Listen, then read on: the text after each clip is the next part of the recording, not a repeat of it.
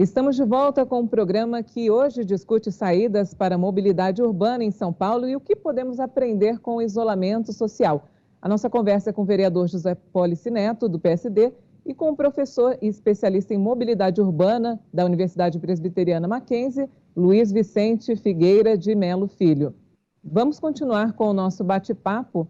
Quais as vantagens e desvantagens, os desafios do trabalho remoto para as empresas e também para os funcionários? A questão do trabalho remoto tem a grande vantagem, como nós estamos falando aqui, da ausência do deslocamento como ele é feito. Então, cada pessoa que fica em casa é menos uma pessoa, na verdade, na cidade, transitando. E esse trânsito que tem, muitas vezes a escolha acaba sendo o automóvel, que ocupa muito espaço e pode ser que desloque apenas uma pessoa. Então, esse é o grande congestionamento que a gente tem nas vias em função que mais de 70% das vias utilizadas na cidade são relacionadas para os automóveis, só que o deslocamento de pessoas é muito pequeno, pelo espaço que ele contribui ali em todas as vias.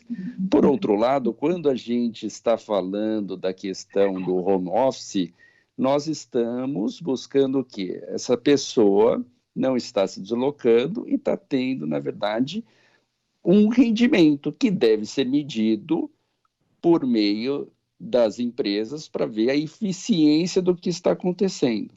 Por outro lado, quando a pessoa está indo ao trabalho, ele tem um contato físico muito maior, reuniões, sem essa necessidade de estar utilizando a tecnologia o tempo todo. Mas pode ter um rendimento maior, mas conforme vai passando o tempo em relação ao que nós estamos vendo hoje, isso tende a reduzir. Quer dizer, as pessoas estão começando a ter o hábito de utilizar o home office e reuniões virtuais em relação ao presencial. Então, há essa tendência que vai aumentar muito ainda essa questão de reuniões, como nós estamos fazendo, por exemplo, aqui nessa entrevista, e, por outro lado, a gente está tendo uma redução no deslocamento das pessoas. Isso também pode impactar e impacta na qualidade de vida das pessoas. Acho que tem uma questão fundamental para a gente aqui observar. Nós três, em pontos distintos da cidade, as equipes que nos acompanham estão em outros pontos remotos, e a entrevista é absolutamente capaz de ser realizada.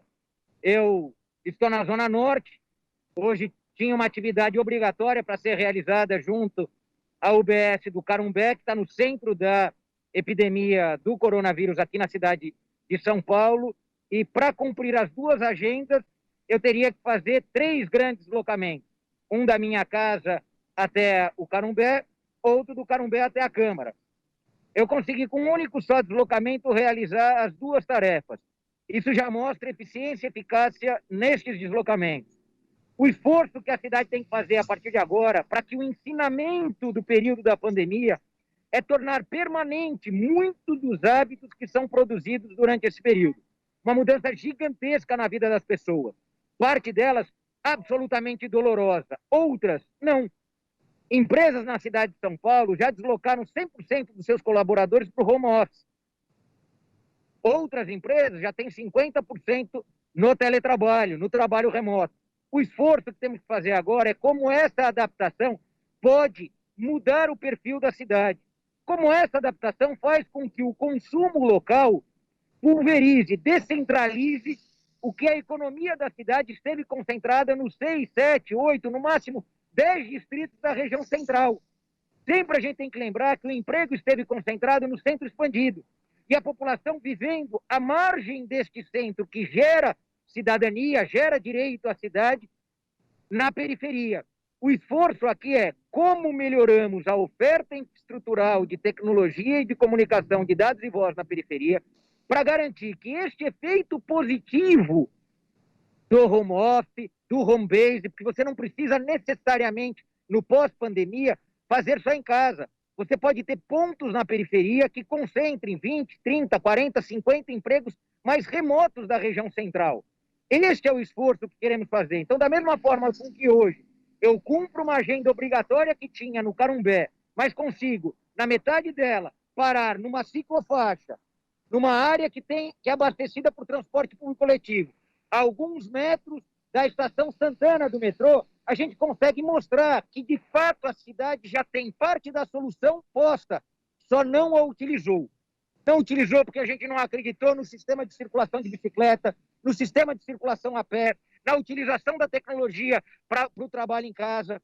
Este é o momento de tornarmos definitivo aquilo que faz com que a cidade seja mais econômica, mais inteligente do ponto de vista da sua economia, mais prática e mais desigual.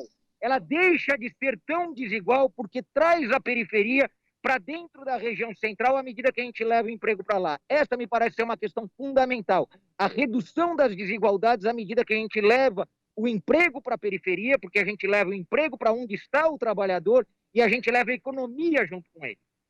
Vereador, um modelo muito rodoviário que numa cidade tão grande não tinha como dar certo mesmo.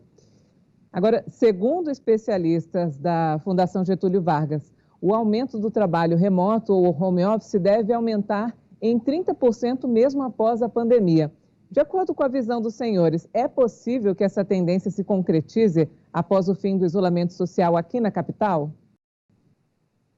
Sim, eu acredito até mais de 30%, porque essas mudanças, como nós estamos falando aqui, são mudanças de hábito muito grande e isso vai ser medido o desempenho dessas pessoas, dependendo de suas atividades, e validando esse desempenho para cada empresa, a tendência é essa, a tendência é que a pessoa não desloque ou desloque muito pouco para outras áreas, alguma área onde ele tem uma infraestrutura muito grande para a transmissão de dados, videoconferência e assim por diante, que já tem, inclusive, por aplicativo, aluguéis desses locais, e a partir daí ele comece a atuar sem essa necessidade de estar o tempo todo presencial. Então, essa é uma grande mudança que a tendência é essa mesma, de você manter as pessoas sem essa circulação como a gente tinha antes da pandemia do Covid-19. A questão fundamental disso é o controle. O quanto a gente consegue controlar os processos, aproveitar todos os funcionários e colaboradores sem precisar do deslocamento. E isso é uma mudança de comportamento, porque muitas vezes imaginava-se que o controle se dava pela capacidade de você observar o seu trabalhador ou o seu colaborador. Como a cidade de São Paulo é uma cidade eminentemente prestadora de serviço, é no serviço que está a nossa força econômica, em especial no serviço com capacidade intelectual, quando a gente coloca isso na prova do sistema de home office, de home base, a gente vai encontrando uma equação que faz com que este serviço seja, inclusive, mais eficiente e que dê mais retorno à sociedade. E essa parece uma questão fundamental. Buscar a eficiência da cidade, porque ela é bom para a autoridade pública, portanto, ela é boa para o setor público, mas ela é essencial para o setor privado que concorre com outros. Quanto mais eficiente a cidade for, quanto menos ela gastar em subsídio do transporte público coletivo, lembrando, nós gastamos mais de 3 bilhões de reais para congestionar a cidade e garantir transporte para todos. Quando a gente leva a população ao home office, 30%, 40%, 50%, a gente reduz os congestionamentos, mas a gente torna a cidade, do ponto de vista econômico, mais eficiente. Portanto, são milhões, bilhões de reais, 3 bilhões de reais são gastos com subsídio. Se gastarmos a metade, teremos 1,5 bilhão para investir em outros setores. Por isso, nova fórmula para a cidade é fundamental, inclusive para termos novos recursos de dinheiro que a gente já gastava, mas gastava mal, gastando em outras funcionalidades da cidade. Por isso, o projeto de lei que a gente apresentou há 2 anos atrás, que trata dos incentivos ao home office, ao home base, ele é fundamental no pós-quarentena. Porque no pós-quarentena nós vamos enxergar o quanto alguns setores que ainda não aderiram podem aderir. A cidade terá um novo normal e para esse novo normal, uma nova fórmula de organização da cidade será absolutamente fundamental. Bom, daqui a pouco a gente fala mais sobre este novo normal, porque agora a gente vai para um breve intervalo e volta já já para discutir a mobilidade urbana para a cidade. Fique aí mesmo.